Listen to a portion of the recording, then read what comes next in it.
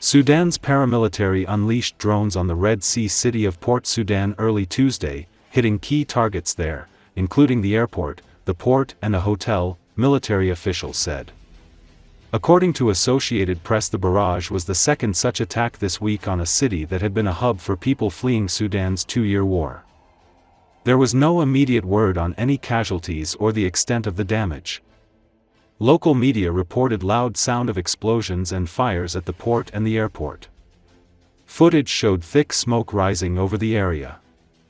The attack on Port Sudan, which also serves as an interim seat for Sudan's military-allied government, underscores that after 2 years of fighting, the military and the paramilitary rapid support forces are still capable of threatening each other's territory.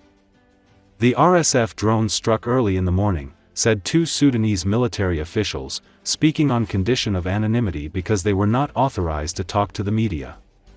The attack apparently disrupted air traffic at the airport, with Cairo airport data in neighboring Egypt showing that 3 Port Sudan-bound flights were cancelled on Tuesday. The RSF did not release any statements on the attack. On Sunday, the paramilitary force struck Port Sudan for the first time in the war, disrupting air traffic in the city's airport, which has been the main entry point for the county in the last 2 years. A military ammunition warehouse in the Othman Dakna airbase in the city was also hit, setting off a fire that burned for 2 days. Many aid missions and UN agencies moved their offices there. When the fighting in Sudan broke out, the focus of the battles initially was the country's capital, Khartoum, which turned into a war zone.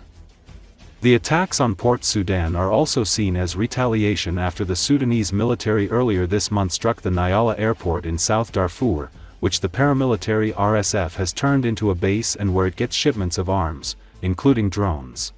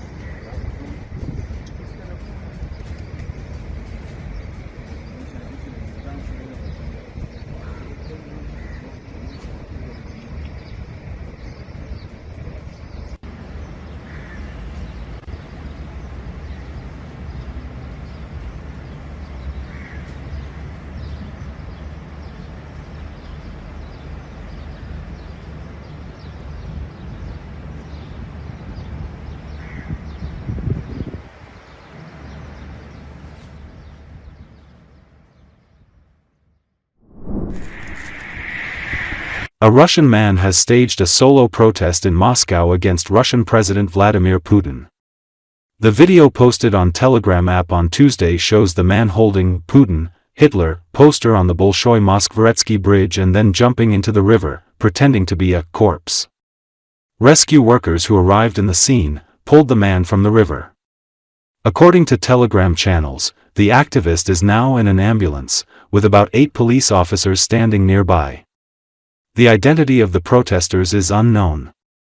It should be noted that there is a growing discontent in Russia against Russia's full-fledged invasion of Ukraine that started in February 2022.